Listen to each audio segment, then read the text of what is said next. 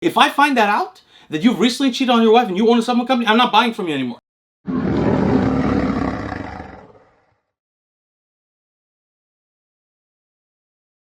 Good afternoon, friends. In this video, I'm going to tell you a little bit about my personal opinions about the ethics of commercialism in the YouTube supplement arena. But before I do, please subscribe to the channel if you're not already, like the video, and comment on the video to help the channel's growth. Now let's get started. First of all, the reason why I'm bringing this up is that I released a clip in order to let my subscribers know that the full podcast of Bio Bros, the 10th episode, will be on Vigorous Steve's channel.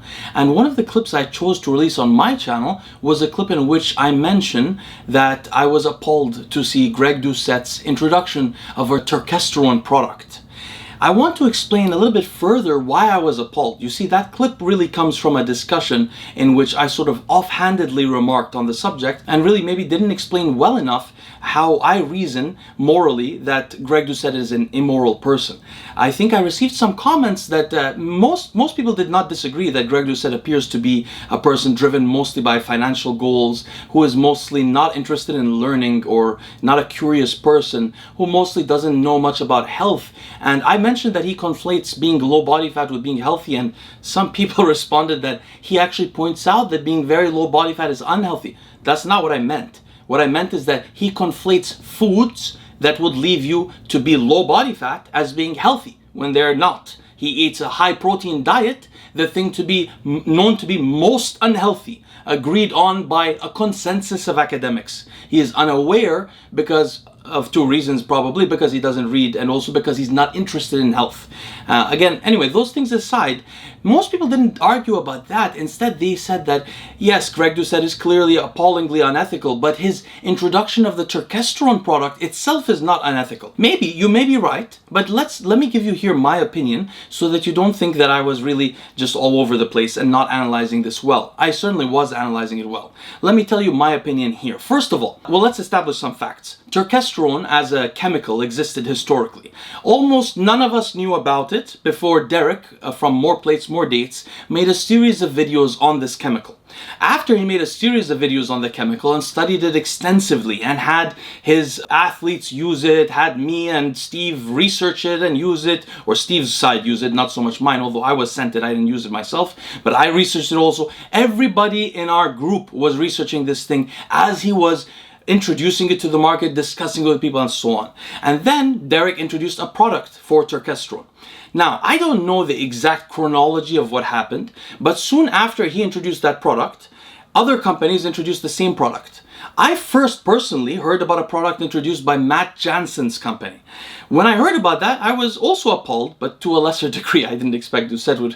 Why I was appalled at the time is, let me explain to you how I would think about Matt Jansen releasing a Turkesterone product a month or two or three after Derek did. Why would I think that is not a good sign as a supplement owner? Well, the reason why personally is because if I had a supplement company, I would release products that I truly believed in. I can't sell you something that I don't know how it works or I've never used it. You guys have seen, I will not make a video on Ment. I've never used Ment. I've used Anadrol, I used the Anabol, so I made videos on them. I haven't used Ment. I know a lot about Ment. I have a lot of friends who've used it. I know it's rubbish. I don't want to take it, but I won't make a video on it because I can't speak with assurance about it. So I'm the same way sort of with supplements. I don't sell any supplements, but if I did sell some, there are some I would love to sell. Like saffron, for example. Saffron extract, something I would love to sell. That's one of the reasons saffron extract is in some of the Gorilla Mind products. There are some products I really believe in and I would love to sell. I have experience with them. I've read all of the papers on the subject. I've tried them out on a bunch of my clients and so on.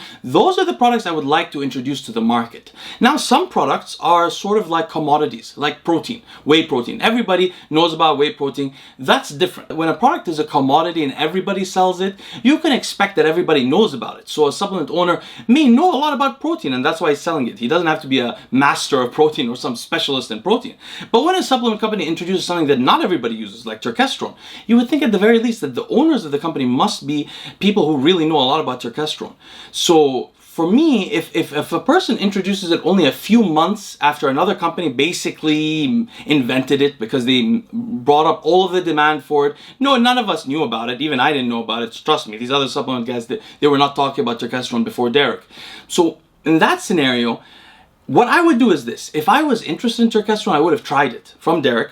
I might not know Derek, I'm not his friend, but I tried it. It worked well on me. What would happen then for me personally to be the kind of person that I hold the kind of integrity that I would be confident enough to sell you guys something is I would try it myself for a while. I would try high doses. I would try to see, are there any side effects I get? Then I would ask my clients or my friends to start trying it also. In fact, to be honest with you, what I would do personally is I would have a controlled trial. I would do a controlled trial that's private. I don't even need to publish information. I need to see at what doses side effects happen. Guess what? Surprise. Doucette's products do actually have side effects. I'm not going to get into them too much here because he had a lot of crap to them and so on. But what I'm saying here is completely true. I would, and you should, learn about the side effects, learn what could go wrong. I would experiment a lot with it. It would take me about 6 months to a year at the very least to know what are the side effects that can come from this chemical, how does it really work, how effective is it really for people who have used steroids, for people who have not used steroids, for people who are younger, people who are older, for women, for men. I would need to know all these. I would need to know what it works best with. And I would have need to try that in controlled trials. Maybe 6 months to 12 months after Derek introduced the product. If I was not friends with Derek, I would introduce the product. And I wouldn't feel bad about it because, sure, I didn't invent this. I'm not Derek. But I believe in it too, just like Derek does. And maybe I have some advantage in my product that he doesn't have. For example, say he's out of stock. Well, if he's out of stock, I can provide stock now, but I know what I'm providing.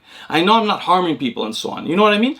That's the responsibility I think that someone who doesn't know Derek, a random company, would have to introduce a product. So personally, if any company introduced this product within 3 to 6 months after Derek did, I'll be like, this is a company that is probably interested in commercial returns before they are interested in their integrity. And probably this is the kind of company, since in the supplement industry we all know about half of the products are contaminated with heavy metals, with arsenic, with all this kind of crap because the government doesn't test them. We don't have any governing body checking if these supplement owners are ripping us off and poisoning us. We don't know any of this. So given all of that, integrity to me and reputation of companies' ownership is supreme. If I see anything that any supplement company owner does that I consider unethical, like for example, some of these supplement company owners have recently cheated on their wives, if I find that out, that you've recently cheated on your wife and you own a supplement company, I'm not buying from you anymore. The reason is not because I don't support you as a person. I would still be your friend, and that's not the issue. The issue is I can't trust you anymore. I know you would cheat on the person closest to you in life. Therefore, you would cheat on me too. You would have arsenic. You wouldn't check.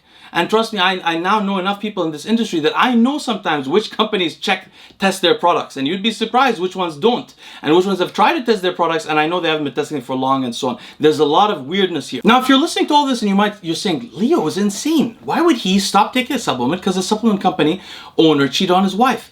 Guys, I learned this from finance. In finance, when you try to manage your investments, especially when you're investing in fund of funds, the reason you're paying someone to hold your money in a fund of fund is you're literally paying a manager to go and spy on hedge fund managers. If he sees your hedge fund manager that he's investing 5% of your assets just recently bought a Ferrari, and he didn't have a Ferrari before, he was driving a BMW, he was low-key, but now he started showing off a little bit, he might pull out your money from there. And they do that all the time. Anybody here who's into investing, comment below, let people know that in investments, if you see somebody changing their character, you might pull out all your money. That's how important it is to judge somebody's character. So for all of these reasons, personally, if I saw somebody release a Turkesterone product within 6 months of another one coming out, I know they couldn't have researched it that much. I know they couldn't believe in it that much. I know they might understand the academic theories for how it works, but I know they don't because I don't fully understand it, and neither does all of our team. We just have thoughts about it. So they can't really firmly understand. They couldn't have experimented too much with it. Personally, it tells me the company is not a company of integrity, a company that sells what they really believe in, that tells you, hey, we optimize this product. It's better than the other ones because we've tried it. We've tested it in so many ways. That's not that company. But I didn't mention this kind of company when I was talking about Doucette yesterday. I was talking about friends of Derek who sold the Turkesterone product. Not people who don't know him. That's why I never mentioned Matt Jansen. Sure, it may show that he doesn't believe in every product that they sell over there, but it doesn't show he's a piece of crap. Not at all. But what if you were me? What if you're Derek's friend? And so Derek is your close friend. He helps you out. He gives you advice sometimes. He's there for you. You know about his relationship with his girlfriend. He knows about your relationship with your wife. You're friends, right? As much as you can be without ever meeting in person. But he's your friend. And you know that he worked so hard on learning about Turkesterone. And he literally did it out of his own hard work, his blood, sweat, and tears. He did it himself.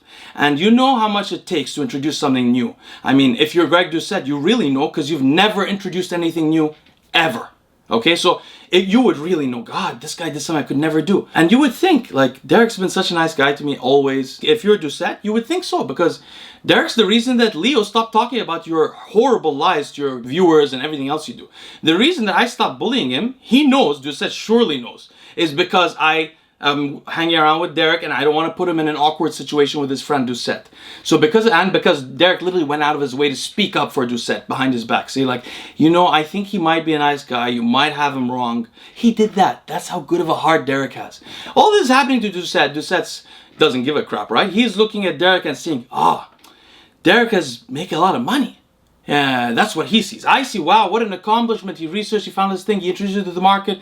Wow, I never even thought about the returns that he's getting off it. I'm not even paying attention, even though I'm one of the affiliated people with the company. I'm not paying attention. Doucette is paying attention to the money, because that's where, obviously, his priorities are. So he sees this going on. Imagine, now say I was in Doucette's position. Now say, for example, my revenue is going really poorly because I'm selling a crappy protein product and I repeat the same thing that everyone else repeats on every video. I've never introduced anything new and I'm not making enough money.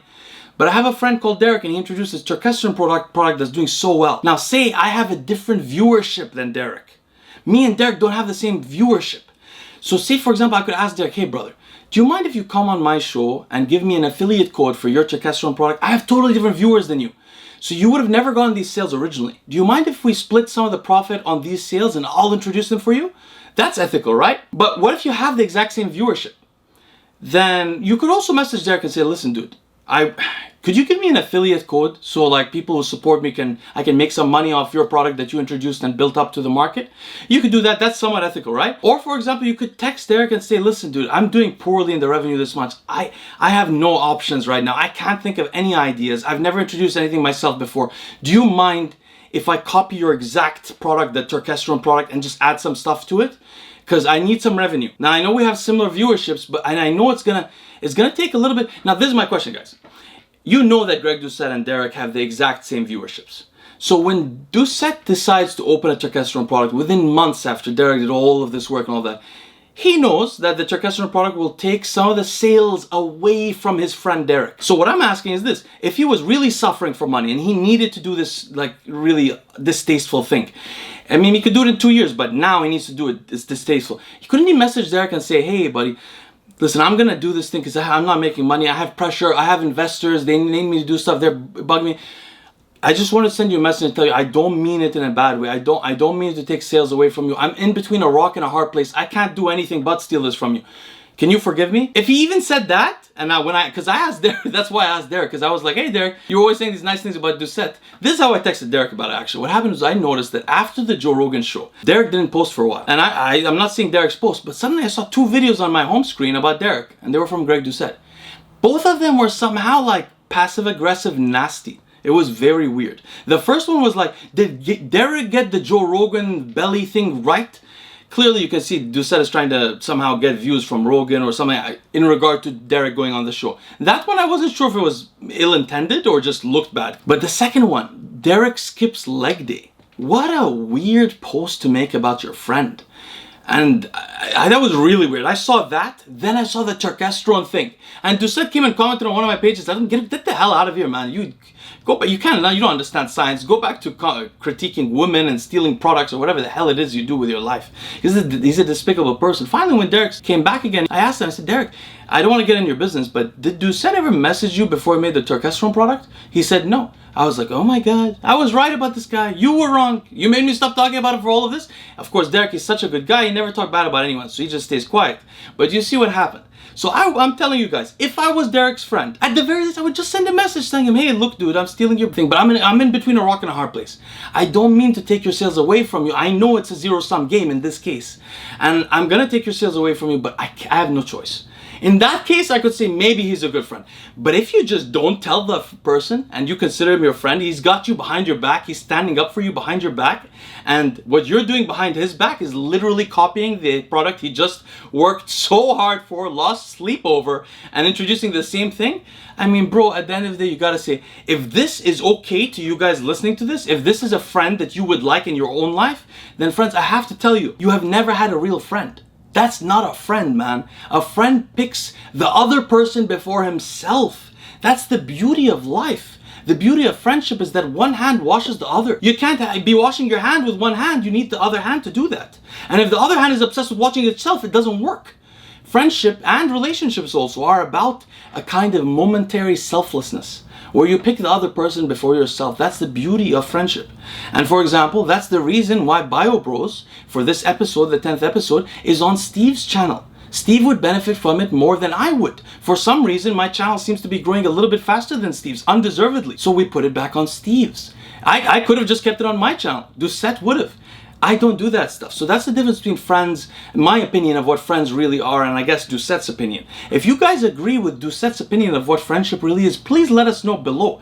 And let us know why. I gotta understand why you guys think that that's a cool way to behave as a friend. Anyway, friends, I look forward to seeing you again tomorrow morning.